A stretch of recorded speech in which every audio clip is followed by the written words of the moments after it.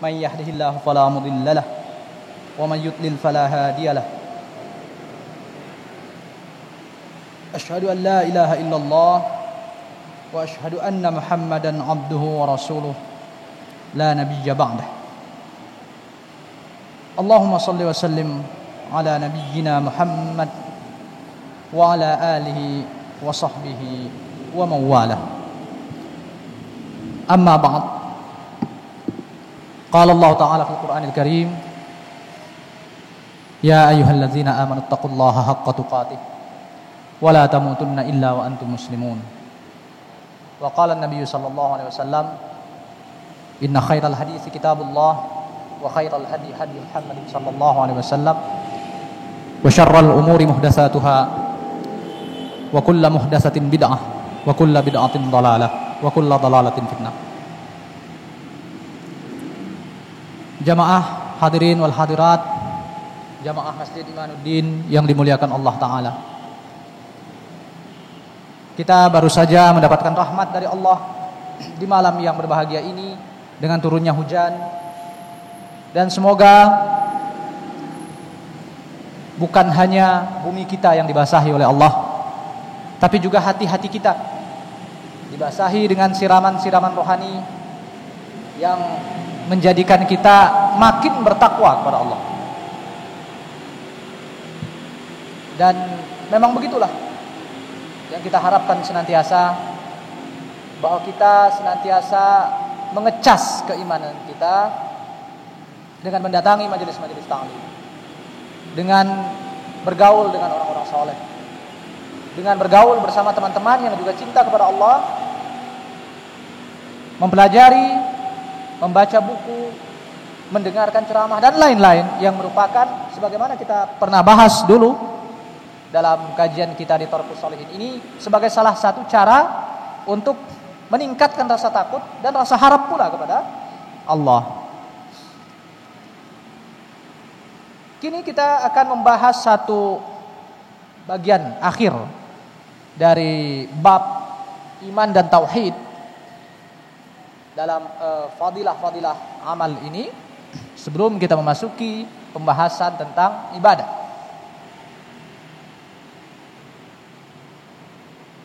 Kali ini kita akan membahas keutamaan orang yang mengucapkan kalimat tauhid di akhir hayatnya, ke surga dengan mengucap kalimat la ilaha illallah di akhir hayat, di halaman 117 bagi yang bawa buku. Mungkin kita sering melihat orang yang sakaratul maut dibisikkan ke telinganya ucapan la ilaha illallah, atau yang biasa disebut dengan talqin. Talqin itu artinya secara bahasa adalah mendikte atau jadi kita nyuruh orang mengucapkan seperti ucapan kita. Ya itu kan mendikte namanya ya. Mendikte itulah talqin. Kayak anak kecil disuruh mengucap a, ba, ta. Nah itu talqin. Maka ada profesi orang di zaman dulu, mulakin. Mulakin itu artinya yang tukang mendiktekan orang bacaan ayat Al-Quran. Maka ada seorang ulama yang dikenal dengan nama Ibnul Mulakin, anak si Mulakin. Mulakin itu bapaknya, sebenarnya bapak tirinya. Dia ulama yang terkenal, Ibnul Mulakin ini dalam mazhab Syafi'i. Nah, talqin mengajarkan, mendiktekan orang yang hampir mati dengan ucapan la ilaha illallah. Tiada ilah selain Allah. La ilaha illallah, ilah artinya adalah sembahan. Nah, beda artinya dengan Rabb. Rabb artinya Tuhan. Tuhan itu sifatnya, kalau kita katakan Tuhan, berarti kita membicarakan satu zat yang serba mencipta, memelihara, dan juga yang akan membinasakan. Kalau dalam Hindu ada Trimurti atau apa? Tuhannya beda-beda. Nah, dalam agama tauhid tauhid artinya yang mengesakan, maka Tuhannya satu, itu saja dia. Dialah yang mencipta, dialah yang memelihara, dia pula yang nanti akan membinasakan atau yang akan memusnahkan kehidupan ini dengan adanya mati, dengan adanya kiamat dan lain sebagainya. Itulah Tuhan. Nah, kemudian ilah berarti sembahan secara bahasa. Dari kata alaha yang berarti mengeluh, mengeluh. Mungkin itu dari bahasa Arab kali mengeluh itu ya. Jadi alaha, ya'lah, artinya mengadu, mengeluh, memelas kepada satu zat tertentu. Kemudian berkembang menjadi ilah. Artinya, nah itulah yang artinya menyembah. Kita menyembah ngapain coba? Namanya orang menyembah, ya dia kita menyembah Allah. Apa yang kita harapkan dari yang kita sembah itu? Kenapa Allah harus kita sembah? Karena dia maha kuasa. Dia yang maha kuat, dia yang maha besar, dia punya segala-galanya. Kita minta apa saja akan diberi. Nah, ketika apapun kebutuhan kita hanya dari dia yang memberi, maka dialah yang berhak kita sembah. Mirip-mirip dengan makanya dalam hadis ada disebutkan ta'isa abdud dinar, ta'isa abdud dirham. Celakalah hamba dinar, celakalah hamba dirham. Pada prinsipnya tidak ada orang yang menjadi hamba dinar atau hamba dirham. Dalam arti menyembah dinar, disembah-sembah begitu. Tetapi praktek yang dia lakukan adalah menjadi hamba dinar dan dirham, menjadi hamba harta. Segalanya demi harta. Nah, itu masuk kategori penyembahan itu. Maka ketika kita menyembah Allah, maka apapun kita serahkan hanya kepada Allah. Ketika kita menjadikan Allah sebagai sembahan, maka yang berlaku adalah kita menunaikan apapun yang diperintahkan oleh Allah. Penghambaan berarti ketaatan. Itulah makna ilah. Makanya dibedakan dalam pelajaran tauhid, ada namanya tauhid rububiyah, ada tauhid uluhiyah. Itu sebenarnya bukan pembedaan tauhid. Ada orang protes tauhid katanya satu kok dibagi tiga. Bukan dibagi tiga. Itu tauhid itu dari segi bahasan saja. Ya, dia mau dibagi tiga, mau dibagi dua, dibagi empat, dibagi lima, itu nggak ada soal. Ya, siapapun mau membagi bukan membagi secara tauhidnya dia terbagi, tetapi bahasannya yang dibagi. Dari sisi apa kita mentauhidkan Allah itu?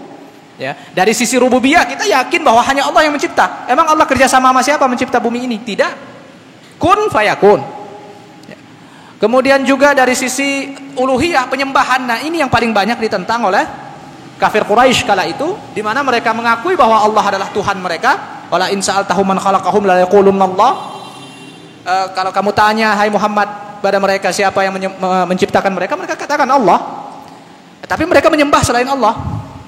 Kenapa menyembah selain Allah? Karena mengatakan apa? Ma na'buduhum illa liyuqarribuna ilallahi zulfa. Kami tidak menyembah mereka kecuali ingin mendekatkan diri sedekat-dekatnya dengan Allah. Jadi mereka merasa tidak pede untuk mendekatkan diri sendiri kepada Allah, harus melalui perantara. Perantaranya berhala-berhala itu. Gitu kira-kira. Nah, la ilaha illallah merupakan kalimat tauhid, gambaran pada kita bahwa kita benar-benar menyembah Allah. Dan amalan membisikkan orang mati dengan la ilaha illallah itu memang sunnahnya yang harus dilakukan oleh setiap orang, terutama ya orang yang paling dekat kepada mayit, anak-anaknya. Ya, kalau ada orang tua yang meninggal maka bakti terakhir, enggak terakhir sih, paling enggak bakti terakhir ketika itu masih hidup, orang tua itu masih hidup adalah mentalkinkan la ilaha illallah itu. Jangan sampai ada perasaan sebagai anak, waduh orang tua saya sedang sekarat, kalau saya talkinkan takut mengganggu. Enggak.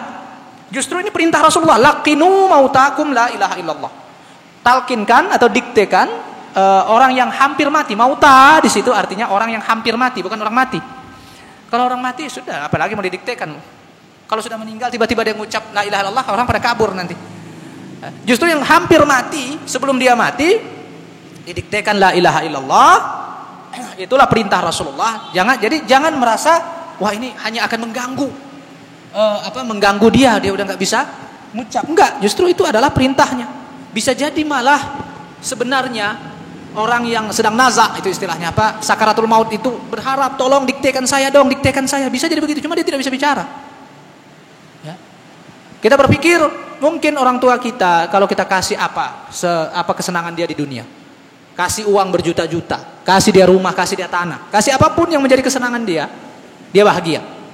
Tapi kalau di saat nazak itu, anaknya yang mungkin tidak mampu memberi apa-apa selain talqin la ilaha illallah, itulah yang mungkin nanti akan paling dia ingat di akhirat sebagai anak paling berbakti. Lalu kunci surga pun didapatkan oleh anak itu tadi. Nah, jadi mentalqinkan orang yang hampir mati dengan kalimat la ilaha illallah adalah kewajiban yang diperintahkan oleh Rasulullah sallallahu alaihi wasallam. Kenapa? Karena siapa saja yang akhir kalamnya adalah la ilaha illallah, maka dia dipastikan masuk surga. Sebagaimana hadis Hudzaifah bahwa Rasulullah sallallahu alaihi wasallam bersabda, "Man qala la ilaha illallah khutima lahu biha dakhalal jannah." Barang siapa yang mengucapkan la ilaha illallah dan itu menjadi penutup ucapannya, penutup lisannya, maka dia akan masuk surga. Hadis riwayat Al-Imam Ahmad dan dinyatakan sahih oleh Syekh Al-Albani dan Syekh Syuaib Al-Arnaut. Juga dari Muaz bin Jabal radhiyallahu an yang menuturkan sabda Rasulullah sallallahu alaihi wasallam, "Man kana akhiru kalamihi la ilaha illallah dakhalal jannah." Barang siapa yang akhir perkataannya adalah la ilaha illallah, maka dia akan masuk surga. Hadis riwayat Abu Daud. Nah, kemudian kita mungkin bertanya, apa iya masuk surga semudah itu? Apa kalau misalnya orang berpikir ya, nanti kalau saya mau mati saya bisa mengucapkan la ilaha illallah, jadi semasa hidup nggak apa-apa berdosa, nggak apa-apa bermaksiat misalnya. Ya bisa, itu kalau kematian dan kehidupan itu kita yang ngatur. Ya, saya mau matinya besok aja, atau saya mau matinya pas hari libur aja, biar banyak yang nyolatin gitu. Iya, kalau orang yang ngatur matinya bisa, dia berprinsip seperti itu. Persoalannya kan yang ngatur mati adalah Allah. Dan Allah Ta'ala tidak mungkin tercurangi. Tidak mungkin tercurangi. Itulah bahasa dalam surah Ali Imran, wa makaru wa makarallah wallahu khairul makirin.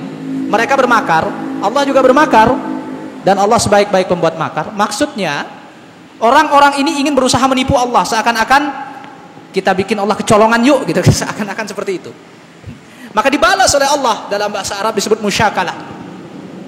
Makanya para ulama ilmu kalam menakwil sifat makar itu. Apakah dia makar itu adalah sifat Allah atau bukan, dan ayat itu bersifat apa? Katanya musyakalah. Ala kulli hal, terlepas dari pembicaraan itu,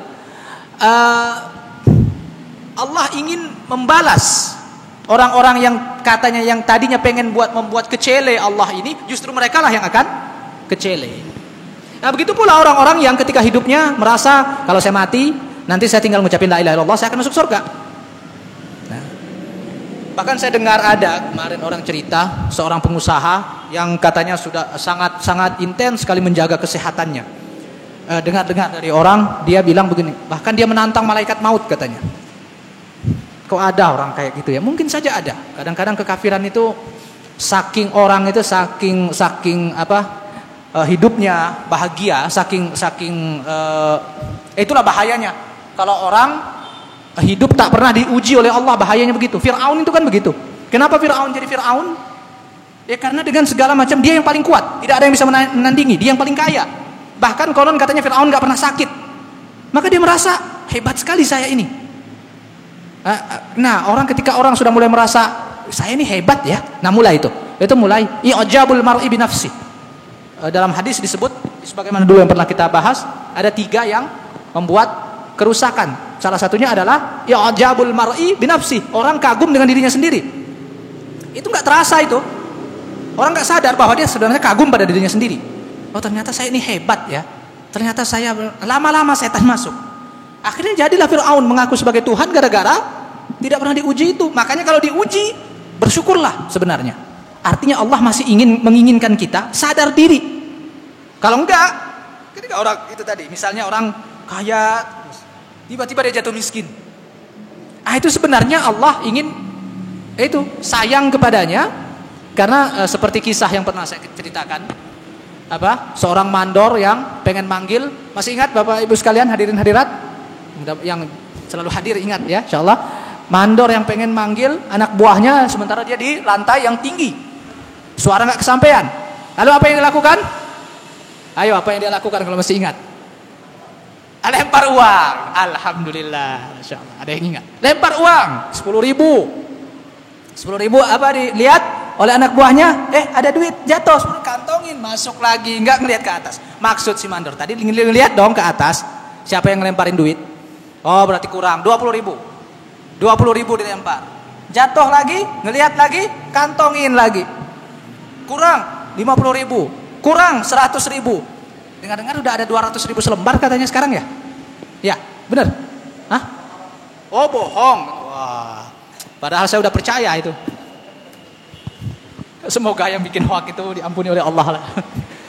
Berapa juta orang yang dia bohongi. Jadi hati-hati ya, yang bikin hoax-hoax juga yang suka menyebarkan berita itu.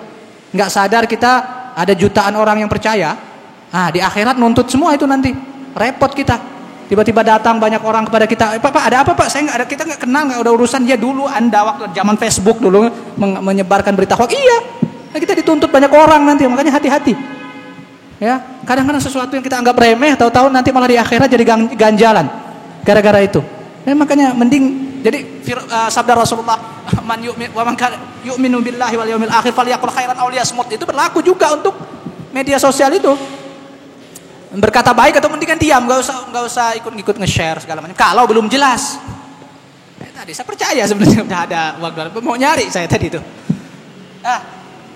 Akhirnya si pekerja ini apa yang dia bilang? Apa yang dia si mandor ini kesel. Akhirnya apa? Semen yang dia tumpahkan ke kepala si pekerja itu. Baru nggak dia melihat ke atas. Nah, seakan-akan itu cuma sekedar ilustrasi. Begitulah Allah. Kadang kita diberi nikmat, selalu kita ambil nikmat Allah, tak pernah kita sadari, tak pernah kita syukuri bahwa yang memberi nikmat itu siapa sih? Allah. Coba lihat bisnisnya berhasil, ya, gaji naik, atau apalah kesehatan yang selalu ada. Orang-orang pada sakit semua, tapi kita masih saja sehat-sehat walafiat, ya. Rezeki tak pernah kurang misalnya, ya. Jodoh dapat misalnya, atau pekerjaan dapat, bisnis lancar. Siapa sih yang ngasih itu semua? Kadang orang lupa bahwa itu adalah Allah. Nah, ketika dia dikasih sakit baru dia melihat ke atas, ya Allah, kenapa begini ya Allah? Ya kenapa begini waktu sehatnya kenapa emang? Cuma sekedar istilahnya Allah cuma sekedar nyolek doang. Sebenarnya enggak seberapa. Tapi itulah lemahnya kita.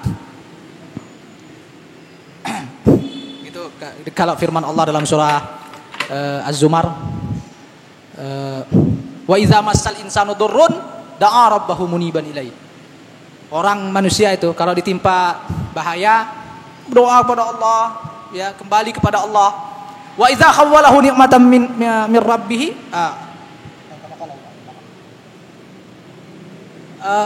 nasiya ma kana yad'u ilaihi. Lupa dengan apa? Kalau sudah diganti dengan nikmat dia lupa apa yang tadi dia doakan.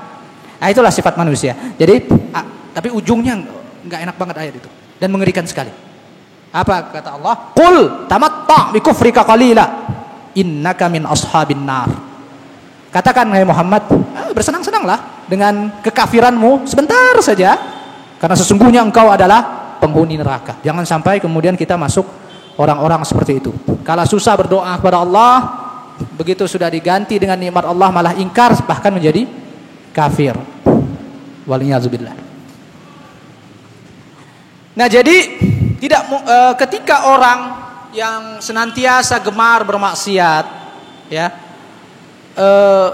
dia tidak mungkin bisa untuk menipu Allah dengan berprinsip nanti kalau sudah hampir mati saya mengucapkan la ilaha illallah. Karena janji Allah ini pasti, siapa yang mengucapkan la ilaha illallah dia pasti masuk surga, pasti. Ya, kalau sempat dia ucapkan la ilaha illallah di akhir hayatnya, maka dia masih masuk surga. Masuk surga dalam bahasanya di sini adalah masuk surga beneran. Jadi gini, orang itu ada empat orang di akhirat nanti. Yaitu orang yang masuk surga tanpa hisab dan tanpa azab. Itulah para nabi dan para wali Allah. Sebagaimana dalam hadis Uqashah bin Mihsan, ya 70.000 orang yang masuk surga tanpa azab dan tanpa hisab. Enggak dihisab lagi udah masuk surga sana. Gitu. Yang kedua adalah orang yang masuk surga tapi dengan hisab, tanpa azab. Masuk surga dengan hisab, dihisab, dihitung amalnya, faman saqulat mawazinuhu fahuwa fi 'ishatir radiyah. Siapa yang berat timbangan kebaikannya, dia berada di kehidupan yang diridhai. Ditimbang dulu, dihisab dulu, baru dia masuk surga. Tapi enggak singgah ke neraka. Lalu ada juga orang yang singgah dulu ke neraka. Jadi dia masuk surga tapi bil azab, setelah sebelumnya diazab. Ya sebagaimana yang kita pelajari kemarin pada kasus orang yang beriman dalam hadis Abu Sa'id Al-Khudri yang mungkin masih kita ingat. Allah memasukkan ke surga, wa yudkhilu man yasha'u bi rahmatihi wa yudkhilu ahlan nar an-nara tsumma yaqul unzuru man kana fi qalbihi mithqala habatin min khardalin min iman. Kata Allah, lihat siapa yang masih punya iman dalam hatinya meski sebesar biji sawi, keluarkan fa akhrijuh wa yukhrajuna minha humaman qad imtahashu. Keluarlah mereka dalam keadaan hangus terbakar. Itu siapa tadi? Orang-orang yang mati dalam keadaan Islam lalu berbuat dosa yang banyak, akhirnya apa? Dihukum dulu oleh Allah. Tapi ketika masa hukumannya telah habis, dosa itu dihitung oleh Allah bagi orang yang beriman. Ya dia dikeluarkan dari neraka. Makanya akidah Ahlussunnah wal Jamaah, orang yang mati dalam keadaan muslim, dalam keadaan beriman, meski hanya sebesar biji sawi imannya dalam hati, tapi dia melakukan dosa besar misalnya, maka dia tidak akan kekal di neraka, akan dikeluarkan oleh Allah. Lalu yang terakhir adalah yang paling nahas adalah orang yang kekal di neraka, tidak selama-lamanya tidak merasakan surga. Itulah orang-orang kafir. Itulah 4 golongan yang akan ada di akhirat nanti. Paling tidak minimal kita masuk golongan mana? Golongan kedua, kalaupun tidak mampu menjadi golongan pertama. Paling tidak golongan kedua, yaitu yang masuk surga tanpa azab, biarpun tetap dihisab. Syukur-syukur bisa menjadi golongan orang yang masuk surga tanpa azab, tanpa hisab. Langsung disuruh masuk surga. Ya, kita berharap pada Allah dan kita berusaha terus mumpung kita masih hidup. Nah, kalau kita usahanya maksimal ketika hidup, nanti waktu matinya juga akan gampang mengucapkan la ilaha illallah. Lalu bagaimana kalau orang yang betah bermaksiat dan berprinsip itu tadi? Nanti saja kalau sudah mati, hampir mati, udah tua, baru mau sholat. Kan banyak orang seperti itu berprinsip. Nggak mau sholat, yang rajin, tidak mau rajin berjamaah. Nanti saja kalau sudah tua. Jadi orang alim nanti saja kalau sudah tua. Prinsip sebagian anak-anak muda. Itu prinsip itu dia tidak ungkapkan dan dia juga tidak sadar, tapi itu ada dalam hati. Mumpung masih muda, ngapain bersenang-senang dulu lah, gitu. Kalau bapak-bapak rajin ke masjid wajar, dia sudah tidak sanggup joget-joget. Mungkin, tapi ya alhamdulillah kalau ada bapak-bapak masih diberi umur, akhirnya dia ke masjid, itu adalah bonus dari Allah Ta'ala. Daripada jadi tua-tua keladi, makin tua makin menjadi. Ya, keladi kan begitu. Keladi itu apa? Tahu keladi? Apa? Keladi itu talas. Talas. Kenapa? Bahasa Melayu. Kenapa keladi itu atau talas itu? Karena makin tua makin gatal. Dia makin gatal. Waktu muda nggak terlalu gatal. Makin tua makin gatal di mulut. Itu makanya ada pepatah tua-tua keladi. Makin tua makin jadi gatalnya. Kalau ada orang yang betah bermaksiat lalu berharap bisa mengucapkan la ilaha illallah di akhir hayat, maka tidak akan mungkin bisa terjadi. Sebagaimana ada kisah menarik yang diungkapkan oleh Ibnu Rajab Al-Hambali dalam kitab Jami'ul Ulum wal Hikam, menukil dari Abdul Aziz bin Abi Rawat. Abdul Aziz bin Abi Rawat salah seorang ulama tabi'in, kalau nggak salah setabaqah dengan Imam Malik, dan dia siqah kalau tidak salah ya, Akhtomi ya, dia siqah ya. Abdul Aziz bin Abi Rawat siqah ya kalau nggak salah. Yang dhaif adalah anaknya Abdul Malik bin Abdul Aziz bin Abi Rawat.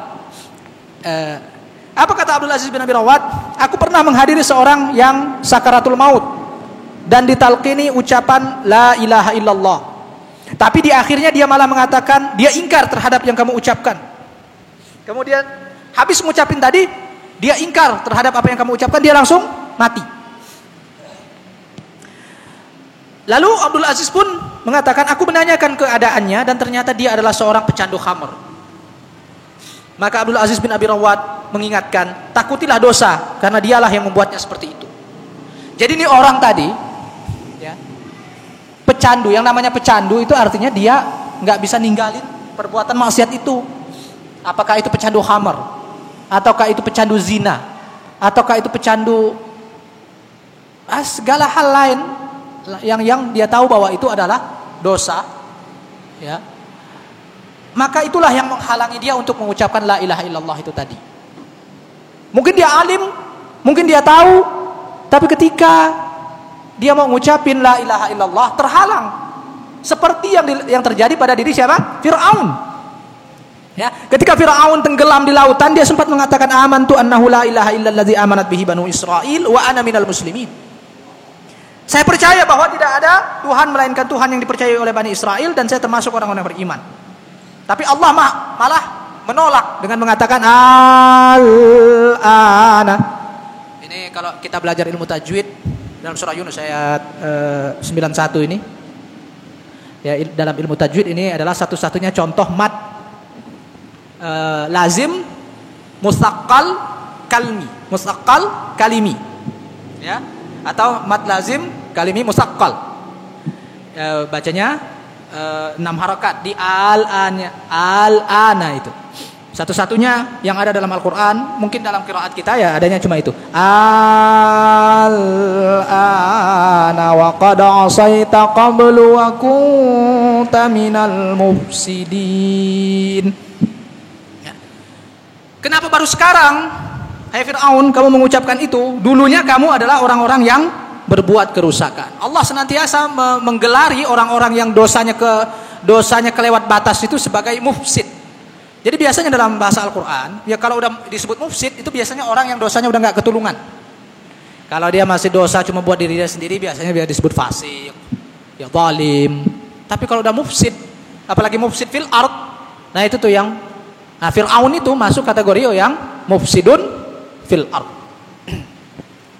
Ibnu Jarir At-Tabari menyebutkan dalam tafsirnya tentang ayat ini, riwayat dari Ibnu Abbas, salah seorang perawi dari Ibnu Abbas memarfu'nya kepada Nabi SAW bahwa Jibril menginjak mulut Fir'aun dan menyumpalnya dengan tanah ketika dia mulai mengucapkan kalimat tauhid karena khawatir dia sempat mengucapkan la ilaha illallah sehingga dia diampuni oleh Allah. Jadi ketika Fir'aun baru mau mengucapkan la ilaha illallah, disumpal oleh Jibril mulutnya dengan tanah biar dia nggak bisa mengucapkan kalimat itu sehingga dia mati dalam keadaan kafir. Riwayat ini menunjukkan bahwa Allah tidak menghendaki Fir'aun masuk surga, ya, sehingga dia mengutus Jibril untuk mencegah Fir'aun mengucapkan kalimat tauhid dengan sempurna. Kenapa? Karena tadinya dia telah melakukan kerusakan yang luar biasa. Nah, orang-orang yang melakukan kerusakan luar biasa ini dikhawatirkan oleh Allah tidak akan terampuni. Dengan cara bagaimana? Allah matikan dia dalam keadaan tidak sempat bertobat. Semua orang, hampir semua orang yang beriman, orang-orang Islam ini Pak, Bu, kalau dia berbuat dosa, lihatlah penjahat-penjahat atau orang-orang yang terjebak dalam penyakit-penyakit masyarakat. Mereka kan sadar mereka dosa ya.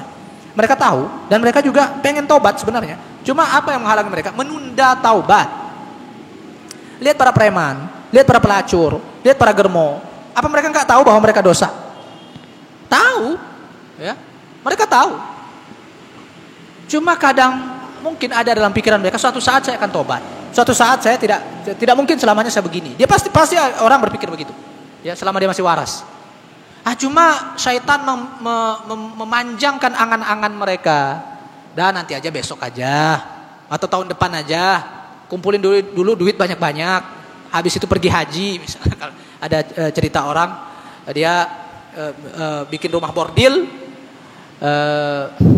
Lalu kalau duitnya udah kumpul banyak, dia pergi haji, dia tobat di padang Arafah. Jadi, ya justru malah taubat tidak diterima, haji tidak diterima karena haji tidak akan diterima kalau berasal dari uang yang haram. Ini orang-orang itu menunda-nunda taubat. sampai akhirnya dia merasa aman dari makar Allah. Ya, seperti orang yang tadi saya ceritakan menantang Allah karena saking sehatnya dia, nggak pernah sakit, karena semua petuah-petuah kesehatan sudah dia lakukan. Pemakanannya pun terjaga dengan baik, olahraganya teratur sampai dia berani lancang menantang malaikat maut. Ya bisa jadi dia memang tidak sakit, tapi bisa jadi dia kalau olahraga ditabrak mobil kan, mati juga. Nah, gitulah.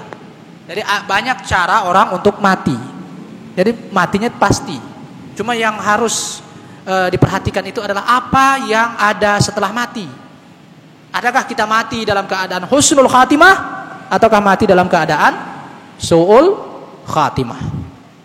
Maka kita dalam tiap sholat kita, habis sholat itu berdoalah kepada Allah.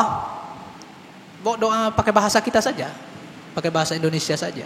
Minta kepada Allah, ya Allah matikan saya dalam keadaan husnul khatimah. Sekarang ini mungkin kita beriman, sekarang ini mungkin kita rajin sholat, sekarang ini kita dekat dengan orang-orang soleh, tapi kan kita nggak tahu apa yang terjadi besok lusa. Ya. Apapun yang terjadi besok lusa, kita harapkan kepada Allah jangan sampai ya Allah kita ini menjadi orang-orang yang su'ul khatimah. Ya, seperti orang-orang yang sudah hampir sebagaimana hadis Ibnu Mas'ud di mana Rasulullah mengatakan wallazi nafsu Muhammadin biyadihi wallazi la ilaha ghairuh inna ahadakum la ya'malu bi amali ahlil jannah hatta ma yakunu bainahu wa bainaha illa zira' fayasbiqu alaihi alkitab fayamalu bi amali ahli nar fayadkhuluha. Beramal dengan amalan ahli surga, ada orang yang beramal dengan amalan ahli surga sampai tidak ada jarak antara dia dengan surga kecuali sehasta. Karena sudah ditakdirkan sebagai penghuni neraka, akhirnya dia sempat-sempatnya beramal dengan amalan ahli neraka, kafir atau murtad atau apapun yang dia lakukan, akhirnya masuk juga ke neraka. Jangan sampai seperti itu. Kita berharap kepada Allah. Harapan kita adalah jangan kita bangga dengan amal kita, tapi kita mohon kepada Allah karena Allah itu Maha Penyayang. Mohon kesayangan Allah, mohon belas kasihan Allah. Ya, karena satu hal dalam ibadah adalah ketika kita menganggap apa yang kita lakukan ini belum ada apa-apanya, bahkan mungkin bisa jadi tidak diterima oleh Allah. Salah terus. Yakin sholat kita udah benar. Yakin rukun-rukunnya sudah benar. Jangan-jangan kalau memakai standar Allah gak sah semua sholat kita. Terus bagaimana sholat kita bisa sah kalau gitu? Ya hanya karena belas kasihan Allah saja. Ibarat kalau seorang orang mahasiswa atau pelajar, di mana gurunya atau sekolahnya menetapkan standar sekian nilai. Ya, kalau tidak dia tidak akan lulus. Tapi ada yang diluluskan. Kenapa? Karena belas kasihan sekolah, belas kasihan guru. Ya. Nah, artinya kalau secara standar mungkin dia tidak lulus, tapi ada pertimbangan lain. Begitu pula kita harapkan pada Allah. Allah memberikan kasih sayang. Nah, kasih sayang Allah itu yang kita harapkan. Berapa sih usaha kita untuk beramal? Berapa sih usaha kita untuk mempersembahkan apa yang diperintahkan oleh Allah? Dan yakinkah kita diterima? Belum tentu. Jangan-jangan habis sholat pakaian kita masih ada najisnya. Sehingga kalau dipakai standar yang benar-benar standar, kita harusnya tidak sah. Lalu tapi kita sudah berusaha. Nah, makanya kita minta belas kasihannya Allah. Karena Allah itu Tuhan yang Maha Penyayang, kita minta terus belas kasihannya itu tadi. Jadi rahmat Allah lah yang membuat kita terampuni dari dosa dan masuk ke surga. Demikian yang bisa saya sampaikan pada kesempatan ini. Kita telah menyelesaikan bab iman dan tauhid. Lalu selanjutnya kita akan masuk. Mudah-mudahan kita berkesempatan di bulan depan kalau umur yang masih ada. Tapi bulan Ramadan ya. Bulan Ramadan kita libur apa bagaimana?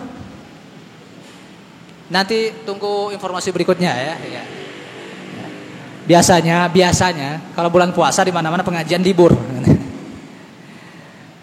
Ya seharusnya sih bukan libur ya, harusnya makin diintensifkan. Tapi kan mungkin ada hal-hal acara lain, orang mau tarawih segala macam. Nah itu sih biasalah ya. Ya mudah-mudahan pengajian libur tapi diganti dengan pengamalan dari pengajian itu gitu. Jadi pengajiannya libur untuk praktek dari yang 11 bulan yang kemarin dipelajari dipraktekkan di bulan itu. Harusnya begitu. Demikian sampai di sini. Ada pertanyaan silahkan. Assalamualaikum warahmatullahi wabarakatuh. Ustadz, di sini disebutkan itu pula yang akan Allah lakukan terhadap orang-orang yang tidak pantas masuk surga lantaran dosanya, sehingga tidak mungkin seseorang bisa mengucapkan kalimat tauhid di akhir hayatnya bila dia tidak pantas untuk itu. Nah, pertanyaannya, bagaimana dengan ahlul fatrah? Siapa? Bagaimana dengan ahlul fatrah ketika mereka sekarat? Ya, kalimat paragraf mana tadi, maaf? Ini yang riwayat yang Ibnu Abbas. Ibnu Abbas? Yang Ibnu Abbas kan ada kalimat, itu pula yang akan Allah lakukan terhadap orang-orang yang tidak pantas masuk surga lantaran dosanya, sehingga tidak mungkin seseorang bisa mengucapkan kalimat tauhid di akhir hayatnya bila dia tidak pantas untuk itu. Pertanyaannya, bagaimana dengan ahlul fatrah? Oh, baik. Jadi gini, setiap orang yang mengucapkan la ilaha illallah di akhir hayat pasti masuk surga. Tetapi apakah setiap orang yang tidak bisa mengucapkan la ilaha illallah di akhir hayat pasti masuk neraka? Enggak. Apakah orang yang tidak bisa mengucapkan la ilaha illallah di akhir hayat maka dia tidak akan masuk surga? Enggak. Gitu. Jadi begitu anunya.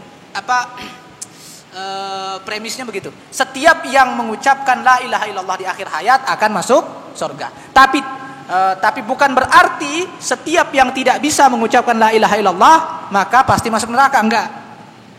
Itu. Begitu pula kalau yang ditanyakan ahlul fatrah, bukan cuma ahlul fatrah, orang-orang muslim sendiri pun yang tidak bisa mengucapkan la ilaha illallah di akhir hayatnya, enggak bisa kita vonis wah dia masuk neraka, dia enggak bisa mengucapin la ilaha illallah. Enggak. Belum tentu. Nah, bisa jadi ada faktor lain yang akan menyebabkan dia masuk surga. Ya, itu cuma sebagai pertanda saja. Ahlul fatrah sebagaimana ya dalam hadis-hadis sahih mereka akan diuji oleh Allah di akhirat nanti dengan keadilan Allah, dan sebenarnya itu ya urusan Allah sih. Urusan Allah dan bukan urusan kita, dan Allah Maha Adil. Allah Maha Adil dan tidak mungkin Allah menzalimi seorang hamba. Sehingga ahlul fatrah ada yang bisa masuk surga apabila lulus ujian dari Allah. Ahlul fatrah itu artinya orang yang tidak, aslinya adalah orang yang hidup di masa dua era kenabian dan dia tidak bertemu nabi atau tidak tapi inti yang paling tepat itu adalah orang yang belum sampai dakwah kenabian kepadanya. Ya misalnya kalau mungkin sekarang masih ada mungkin saja suku-suku di pedalaman sana yang masih ya katakan masih belum mengenal pakaian pun dia belum mengenal pakaian, apalagi ajaran Nabi. Nah itu gimana tuh kira-kira tuh matinya kafir apa enggak? Enggak bisa kita vonis. Ya secara zahir jelas mereka bukan Islam.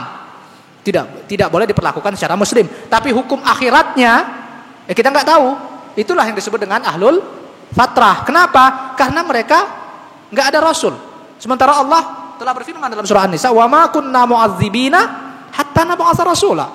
Kami tidak akan mengazab sampai kami mengutus rasul. Nah, orang-orang itu kan enggak pernah, jangan kata rasul. Bahwa di sekitar mereka ada kota saja mereka enggak tahu. Bagaimana itu? Apa mereka dianggap kafir? Ya enggak. Mereka itulah masuk kategori ahlul fatrah. Ya.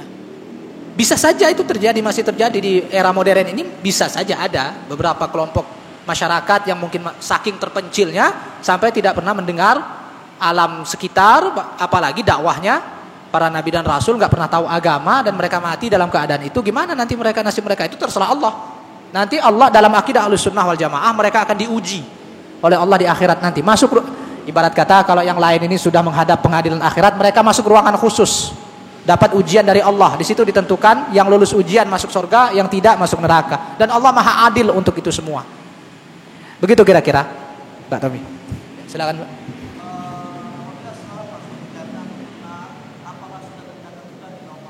Oh iya, sudah. Sebagaimana bab awal yang kita bahas dulu, dan hadis Abdullah bin Mas'ud dan hadis Imran bin Husain bisa Bapak baca di halaman halaman berapa itu? Pokoknya tentang masalah iman, ya, iman dan akidah, iman dan Islam jalan di halaman 12 kalau Bapak punya bukunya, yaitu hadis Imran bin Husain dan hadis Abdullah bin Mas'ud, dan banyak, bukan cuma mereka berdua, banyak yang meriwayatkan. Saya cuma mengutip dua riwayat ini saja, bahwa semua telah ditetapkan oleh Allah di surga atau di neraka. Hadis Ibnu Mas'ud yang paling jelas, ya, yang paling tegas adalah hadis Abdullah bin Mas'ud qala as-sadiqul masduq ya innallaha yajma'u khalqa ahadikum fi batni ummihi 40 yawman summa yakunu alaqatan fi zalika misla zalik dalam riwayat Muslim. Sementara dalam riwayat Bukhari tidak ada fi zalikanya. Jadi dalam perut ibu kita sudah ditentukan, sudah datang malaikat yang meniupkan ruh untuk kemudian mencatat rezekinya, ajalnya, dan syaqiyun au sa'id, apakah dia orang yang sengsara masuk neraka ataukah masuk surga. Semua telah ditetapkan oleh Allah. Tidak ada yang luput dari pengetahuan Allah dan tidak ada takdir Allah yang berubah. Gitu. Jadi sudah ditetapkan semuanya. Kata Imran bin Husain, kalau begitu buat apa lagi beramal ya Rasul? Kata Rasulullah, ayyumal kullun muyassar lima khuliqalahu. Beramal saja, nanti semuanya akan dimudahkan oleh Allah sesuai dengan takdir penciptaannya. Kalau dia penghuni neraka, lihat aja nanti kehidupannya akan mengarah ke sana.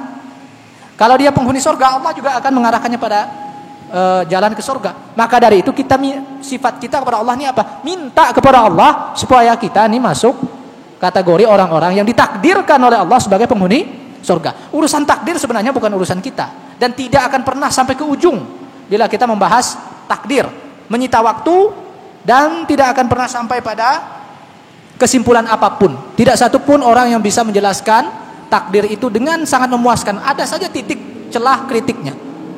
Ya. Maka orang beriman dia tidak mau membahas takdir Allah karena dalam arti kenapa kok begini, kenapa itu urusan Allah bukan urusan kita. Urusan kita adalah beramal dan mencari surganya Allah itu. Itulah fitrah yang Allah ciptakan kepada kita. Setiap umat manusia diciptakan fitrahnya mengarah pada ke sana. Gitu, Pak. Baik. Silakan. Tadi disebutkan yang masuk surga tanpa hisab dan azab 70.000. Iya. Dan dalam itu kan hadis Kasyah bin Mihsan itu. Lalu bagaimana dengan para nabi? Setahu saya nabi itu kurang lebih 120.000. Iya. Itu selain nabi dan rasul. Karena kan dalam hadis itu dari umatku. Dari umat Muhammad sallallahu alaihi wasallam kalau tidak salah. Kalau tidak salah ada kalimat itu. Begini. Tapi kan begitu juga. Dalam hadis itu bukan berarti yang masuk surga tanpa hisab itu cuma 70.000 itu aja, enggak. Karena dalam hadis itu cuma diterangkan akan ada 70.000 orang yang masuk surga tanpa hisab. Apakah jumlahnya hanya 70.000 totalnya? Enggak. Bisa jadi yang maksud Rasulullah itu cuma 70.000 orang ini saja dan tidak membatasi jumlahnya hanya 70.000, baik di kalangan umat ini maupun umat-umat yang lain. Sehingga bisa jadi ada jumlah-jumlah lain yang tidak menutup kemungkinan jumlahnya dari umat ini bisa jadi lebih dari 70.000 itu. Gitu. Ibarat orang misalnya begini, ada 10 orang jamaah Imanuddin yang kaya raya, baik, atau yang punya mobil. Ya. Tapi apakah berarti kalimat itu menunjukkan cuma 10 di antara seluruh jamaah? Enggak kan? Nah begitu kira-kira. Mudah-mudahan masih nambah kuotanya sehingga kita masuk dalam orang-orang yang masuk surga tanpa hisab. Apakah suatu riwayat yang menunjukkan bahwa Rasul sallallahu alaihi wasallam sebelum sakaratul maut mengucapkan kalimat la ilaha illallah? Tidak. Beliau mengucapkan ila rafiqil a'la. Setahu saya wallahu alam. Kalau ada tolong dikoreksi. Rasulullah tidak mengucapkan la ilaha illallah di akhir hayat, tapi mengucapkan ila rafiqil a'la. Karena apa? Dalam hadis kan disebut bahwa setiap nabi yang akan dicabut nyawanya akan disuruh memilih oleh Allah apakah tetap di dunia ataukah segera menghadap Allah. Maka Rasulullah memilih untuk segera menghadap Allah dan sehingga akhir hayatnya adalah akhir ucapannya adalah ila rafiqil a'la. Itu juga menjadi satu dalil bahwa bukan berarti setiap orang yang mengucap tidak mengucap la ilaha illallah jadi tidak masuk surga. Rasulullah sendiri tidak mengucap itu dan enggak ada pengaruhnya sebenarnya. Enggak ada pengaruhnya dan enggak sama sekali tidak mengurangi derajat Rasulullah sallallahu alaihi wasallam. Bahkan bisa jadi saking tingginya derajatnya tidak diperlukan lagi mengucap la ilaha illallah itu karena dialah yang mengajarkan la ilaha illallah itu. Wallahu a'lam bissawab. Demikian mungkin yang bisa saya sampaikan pada kesempatan malam hari ini. Ya, salah dan janggalnya saya mohon maaf karena insyaallah saya ada satu urusan yang harus saya selesaikan segera. Yang jelas kita telah menyelesaikan bab iman dan tauhid. Alhamdulillah kajian kita dari kitab ini telah sampai pada akhir bab iman dan tauhid, dan semoga nanti insyaallah bisa kita lanjutkan sampai akhir kitab, bahkan di akhir jilid berikutnya. Salah dan janggalnya saya mohon maaf. Wabillahi taufiq wal hidayah. Wassalamualaikum warahmatullahi wabarakatuh. Wabarakatuh.